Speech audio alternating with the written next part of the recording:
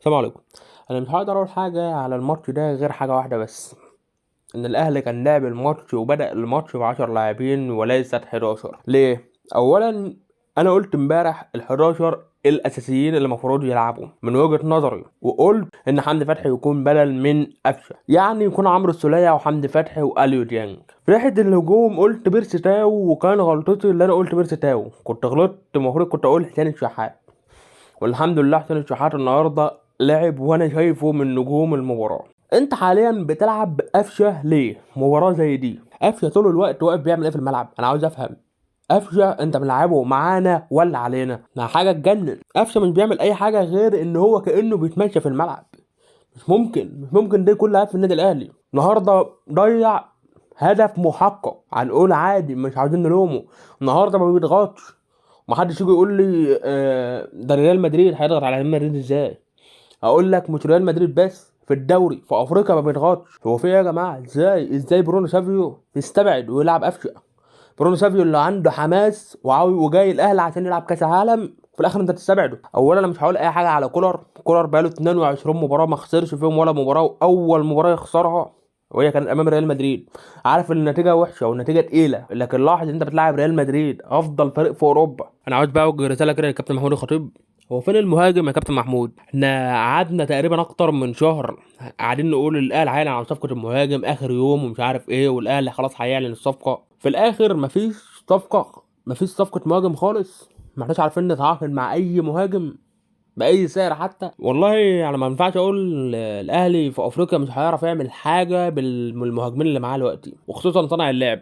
انت حاليا قفشه مستواه بعيد تماما، مش عشان بقى جاب جول المباراه الماضيه فخلاص يبقى نلعبه بقى وبدا يرجع لمستواه. لا، قفشه ماتشات بيلعب بشكل كويس وماتشات بيلعب بشكل مش كويس.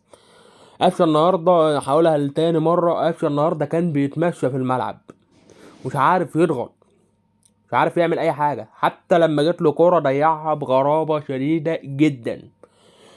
احنا المفروض لو معانا صانع لعب كان ممكن يجيب الكرة دي جول، او حتى لو بذكائه كان يعديها لاحمد عبد القادر وراه، كان ممكن احمد عبد القادر يستلمها براحته ويجيبها جول. عاوز بقى كده اتكلم في حاجه مهمه، مش عشان بقى الاهلي خسر من ريال مدريد في نص نهائي كاس العالم. لاحظ الجمله، في نص نهائي كاس العالم وريال مدريد، فنقول على كولر مدرب فاشل. لا، ده بالعكس، ده كولر النهارده حمسك اللي انت تقدر تكسب ريال مدريد بدون مهاجمين. انت متخيل؟ فانا ما اقدرش اقول اي حاجه خالص على كولر. شابوه لاول مباراه يخسرها هي امام ريال مدريد. موسيماني عملها قبل كده، واول مباراه خسرها كان امام البايرن ميونخ، وبرضه كان في نص نهائي كاس العالم. لكن انا عاوز اقفل على الصفحه دي وافكر في مباراه فلامينجو القادمه اللي هي يوم السبت القادم ان شاء الله. فلامينجو من مباراة الهلال السعودي امبارح او بالامس، 4 لاعبين من فلامينجو تم طردهم. يعني فلامينجو هيلعب بدون 4 لاعبين اساسيين معاهم.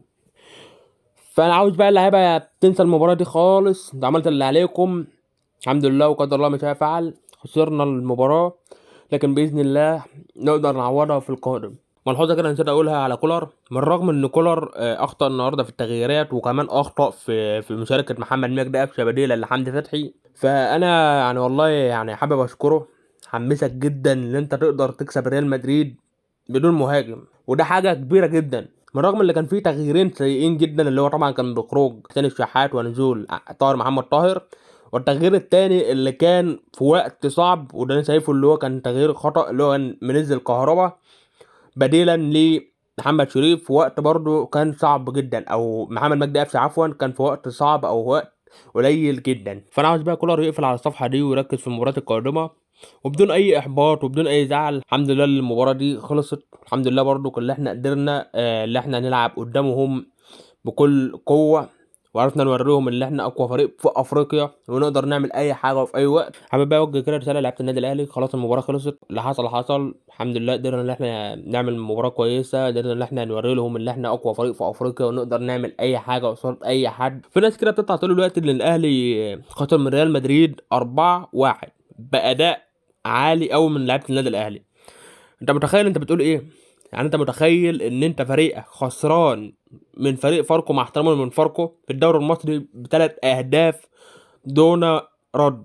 انت متخيل انت بتقول ايه؟ مع احترام الفريق فاركو ولاعيبه فاركو، لعيبه كويسه ولاعيبه محترمه جدا، لكن انت متخيل انت بتتكلم على النادي الاهلي ازاي؟ النادي الاهلي بيلعب فين وقصاد مين؟ طبعا زي مباراة البايرن الناس طلعت تقول لك ان الاهلي هيشيل 6 وهيشيل 8 ومش عارف كلام من ده، والاهلي في الاخر خسر 2-0 باداء مشرف.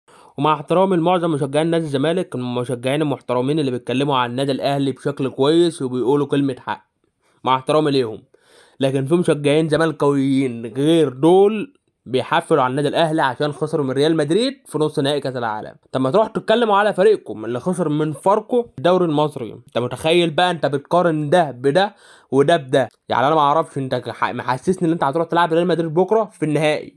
والله ما اقدرش اقول اي حاجه، يعني ما اقدرش اقول اي حاجه غير ان انت بتقارن كاس العالم بالدوري المصري.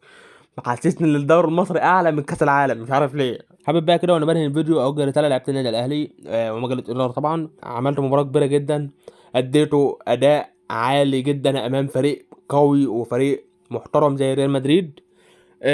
منتظرين منكم المزيد باذن الله، وتقدروا ان انتوا تاخدوا المركز الثالث ان شاء الله يوم السبت القادم، وباذن الله تقدروا تحققوا كل البطولات هذا الموسم. مستنيين منكم المزيد، وانت رفعت راسنا النهارده. وبس كده وكده يكون وصلنا لنهاية الفيديو. اشوفكم على خير، مع السلامة.